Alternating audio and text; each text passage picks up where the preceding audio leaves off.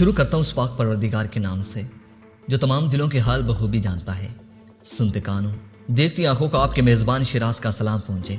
प्यार दोस्तों, कश्मीर के मुतल्लिक पाकिस्तान की एक बड़ी सिफारती कामयाबी के हवाले से एक आम खबर निकल कर सामने आई है।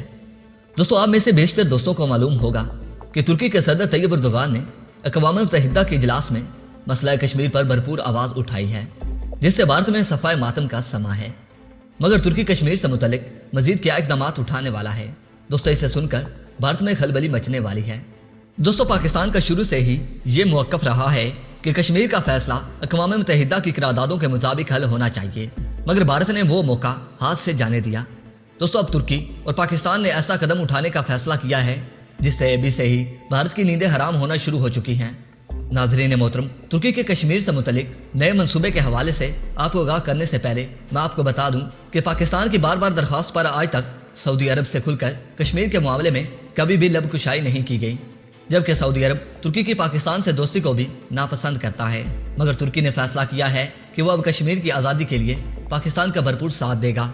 इसलिए तुर्की ने कश्मीर की आवाज़ पूरी दुनिया तक पहुँचाने के लिए यूरोप में कश्मीर रेडियो और कश्मीर न्यूज़ चैनल खोलने का ऐलान किया है, जहाँ पर हर वक्त भारत के कश्मीर से मुतल्लिक मामलात को पूरे यूरोप में नशर किया जाएगा, ताकि मगरबी मीडिया भी कश्मीर के हालात से अच्छी तरह वाकफियत हासिल कर ले। दोस्तों, तुर्की के इस इक़दाम से यकीनन भारत का चेहरा पूरी दुनिया में उजागर होगा। दोस्तों, वीडियो पसंद आने की सूरत में वीडियो को लाइक कीजिए, दोस्तों के साथ शेयर कीजिए, और इसके साथ ही अगर अभी तक आपने मेरे चैनल को सब्सक्राइब नहीं किया तो मेरे चैनल को भी सब्सक्राइब कर लें और साथ मौजूद घंटी के बटन को भी प्रेस कर दें, ताकि आप लोगों को हर नई वीडियो का नोटिफिकेशन बर वक्त मिलता रहे।